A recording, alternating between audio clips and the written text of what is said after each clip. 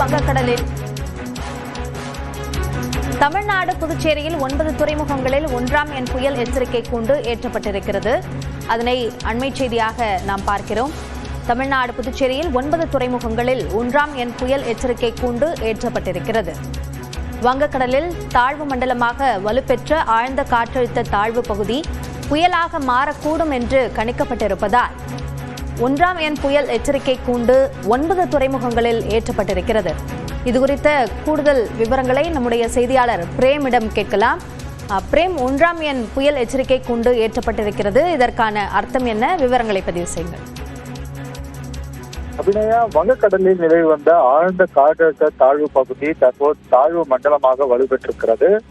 சென்னையிலிருந்து தென்கிழக்கு அருகே சுமார் 90,000 கிலோமீட்டர் தொலைவில் ஆழ்ந்த காற்றழுத்த தாழ்வு மண்டலம் நிலை கொண்டிருக்கக்கூடிய நிலையில் நாளை ஆழ்ந்த காற்றழுத்த தாழ்வு மண்டலமாக வலுப்பெறும். அக்டோபர் 27 முதல் புயலாக மாறும் என்று தற்போது சென்னை வானிலை மையம் தெரிவித்திருக்கிறது. இந்த நிலையில் தமிழகம் மற்றும் புதுச்சேரியில் உட்பட 9 துறைமுகங்களில் இந்த 1ஆம் எண் புயல் எச்சரிக்கை ஏற்றப்பட்டிருக்கிறது. சென்னை, கடலூர், எண்ணூர், காட்பாடி, நாகப்பட்டினம் மற்றும் புதுச்சேரி மற்றும் காரைக்கால், தூத்துக்குடி, பாம்பன் உள்ளிட்ட 9 துறைமுகங்களில் 1ஆம் எண் புயல் எச்சரிக்கை ஏற்றப்பட்டிருக்கிறது. இந்த 1ஆம் எண் புயல் எச்சரிக்கை எதற்காக ஏற்றப்படுகிறது? தூரத்தில் ஒரு புயல் என்பது உருவாகி இருக்கிறது என்று குறிக்கும் விதமாக தற்போது இந்த 1ஆம் எண் புயல் எச்சரிக்கை ஏற்றப்பட்டிருக்கிறது. மீனவர்கள் யாரும் கடலுக்கு செல்ல வேண்டாம் என்று ஏற்கனவே மாவட்ட நிர்வாக சார்பிலும் மீன்வளத்துறை சார்பிலும் எச்சரிக்கை விடுக்கப்பட்டிருக்கக்கூடிய நிலையில் 9 துறைமுகங்களில் தற்போது 1ஆம் எண் புயல் எச்சரிக்கை ஏற்றப்பட்டிருக்கிறது. அபிநயா, விரிவான விவரங்களுக்கு நன்றி பிரேம்.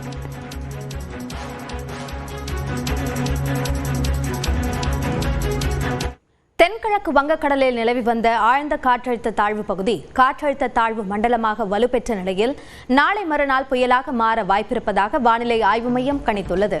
வங்கக்கடலில் நிலவி வந்த ஆழ்ந்த காற்றழுத்த தாழ்வு பகுதி மேற்கு நோக்கி நகர்ந்து காற்றழுத்த தாழ்வு மண்டலமாக வலுப்பெற்றுள்ளது. இது சென்னையிலிருந்து கிழக்கு தென்கிழக்கு பகுதியில் 990 கிலோமீட்டர் தொலைவில் நிலை கொண்டுள்ளதாக வானிலை ஆய்வு மையம் தெரிவித்துள்ளது.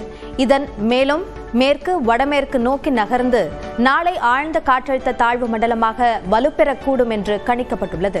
அதன் நீட்சியாக தென்மேற்கு மற்றும் அதனை ஒட்டிய மத்திய மேற்கு வங்கக்கடல் பகுதியில் நாளை மறுநாள் புயல் உருவாகக்கூடும் என்று வானிலை ஆய்வு மையம் கணித்துள்ளது. புயல் உருவாகும் பட்சத்தில் இதற்கு தாய்லாந்து பரிந்துரைத்த மொந்தா என்ற பெயர் சூட்டப்படும்.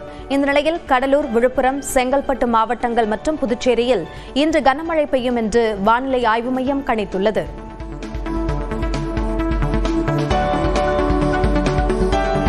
வங்கக்கடலில் உருவாக உள்ள புயல் ஆந்திராவை நோக்கி நகரும் என கூறியுள்ள தனியார் வானிலை ஆய்வாளர் ஸ்ரீகாந்த், தமிழ்நாட்டில் மழை பெய்தாலும் பெரிய அளவில் பாதிப்பு இருக்காது என்று தெரிவித்துள்ளார்.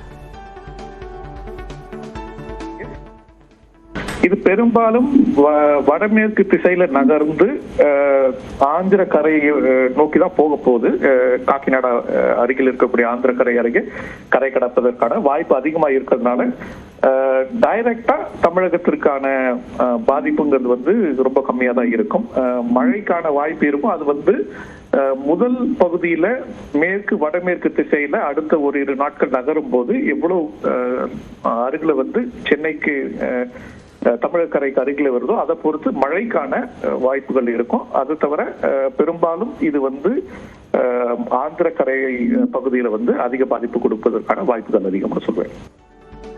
தேனி சுற்றுவட்டார பகுதிகளில் தொடர் கனமழை காரணமாக கும்பக்கரை அருவியில் சுற்றுலா பயணிகள் குளிக்க 15வது நாளாக தடை விதிக்கப்பட்டுள்ளது.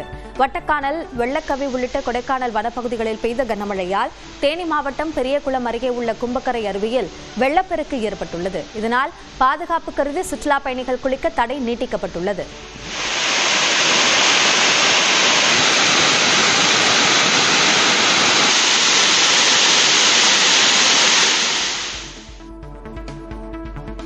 கன்னியாகுமரி மாவட்ட மலையோர கிராமங்களில் தொடர்ந்து பெய்த கனமழையால் பேச்சிப்பாறை அணையில் இருந்து வினாடிக்கு 500 கனஅடி நீர் திறந்து விடப்பட்டுள்ளது. இதனால் கோதையாற்றில் வெள்ளப்பெருக்கு ஏற்பட்டு திருப்பரப்பு அருவியில் நீர் ஆர்ப்பரித்து கொட்டுகிறது. பாதுகாப்பு கருதி திருப்பரப்பு அருவியில் சுற்றுலா பயணிகள் குளிக்க 2வது நாளாக தடை விதிக்கப்பட்டுள்ளது.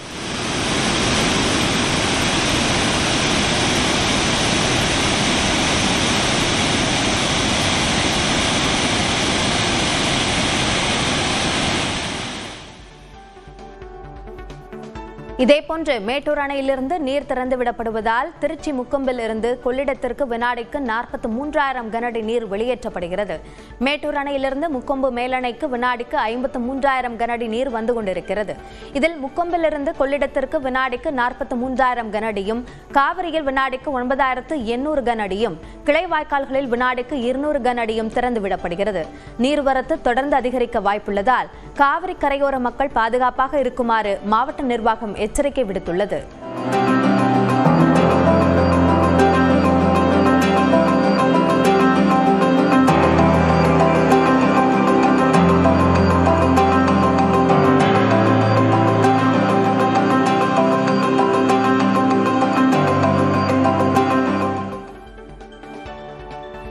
இந்நிலையில் கடலூர் அருகே பரவனாற்றில் அடித்துச் செல்லப்பட்ட முதியவர் 2 நாட்களுக்கு பிறகு சடலமாக கண்டெடுக்கப்பட்டார்.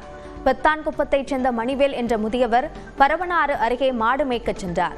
அப்போது தண்ணீரில் இறங்கிய மாட்டை காப்பாற்றுவதற்கு முதியவர் ஆற்றில் இறங்கினார். பரவனாற்றில் நீர் பெருக்கெடுத்து ஓடிய நிலையில் மணிவேல் வெள்ளத்தில் அடித்துச் செல்லப்பட்டார். தகவல் அறிந்து சென்ற தீயணைப்பு மற்றும் மீட்புப் படையினர் 2 நாட்களுக்கு பிறகு மணிவேலின் சடலத்தை கண்டெடுத்தனர்.